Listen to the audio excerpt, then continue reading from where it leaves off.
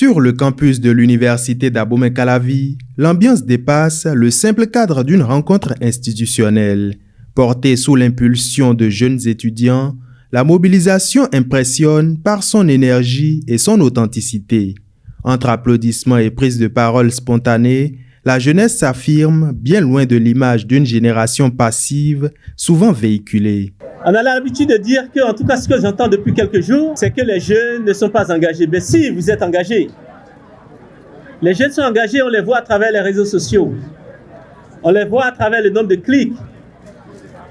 On les voit à travers le nombre de commentaires qu'ils ont envie de faire. Mais aujourd'hui, il ne s'agit plus de faire un clic, de liker. Il s'agit de voter. Et voter n'est pas un acte banal. Voter, c'est plus que choisir. Le message central claque comme une évidence. Il ne s'agit plus de liker, mais de voter. Dans un ton direct presque pédagogique, le directeur de l'Agence nationale d'identification des personnes rappelle que voter, c'est décider de son avenir.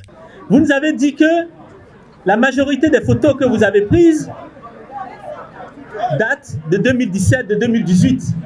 Les photos aujourd'hui que vous avez sur vos pièces ne vous ressemblent plus.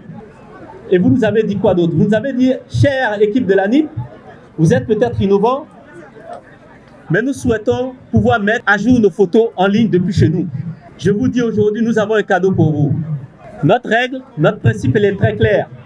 Une personne, une identité, une personne, un vote. Je dirais une identité, une photo nouvelle et un vote. Dans cette dynamique, l'ANIP met en avant ses innovations. Héritière d'une réforme ambitieuse du système d'identification, l'institution franchit un nouveau cap avec le lancement du service de mise à jour de photos en ligne, une réponse directe aux préoccupations des étudiants dont les anciennes photos ne reflètent plus leur identité actuelle. Désormais, quelques clics suffisent pour actualiser son image et se préparer sereinement au vote. Et nous sommes venus leur dire aujourd'hui que le pouvoir s'exerce de différentes manières. C'est vrai, cette génération aujourd'hui, on la voit beaucoup sur les réseaux sociaux, elle s'exprime à travers ses commentaires, à travers ses likes, mais elle doit également s'exprimer le 12 avril. Le 12 avril doit être une journée républicaine, une journée importante pour eux, importante qui va tout simplement déterminer leur avenir. Sur le terrain, le dispositif se veut inclusif et accessible. SMS, code USSD sans Internet, application mobile, centre ouvert jusqu'à la veille du scrutin.